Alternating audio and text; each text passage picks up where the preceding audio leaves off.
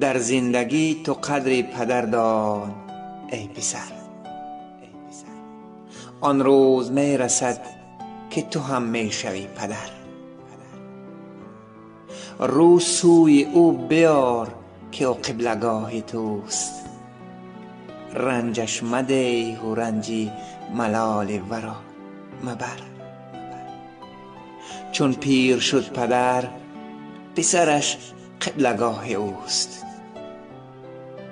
روز شوی پدر چو کلام می شوی پسر. با قدر می شوی چو به قدر پدر رسی.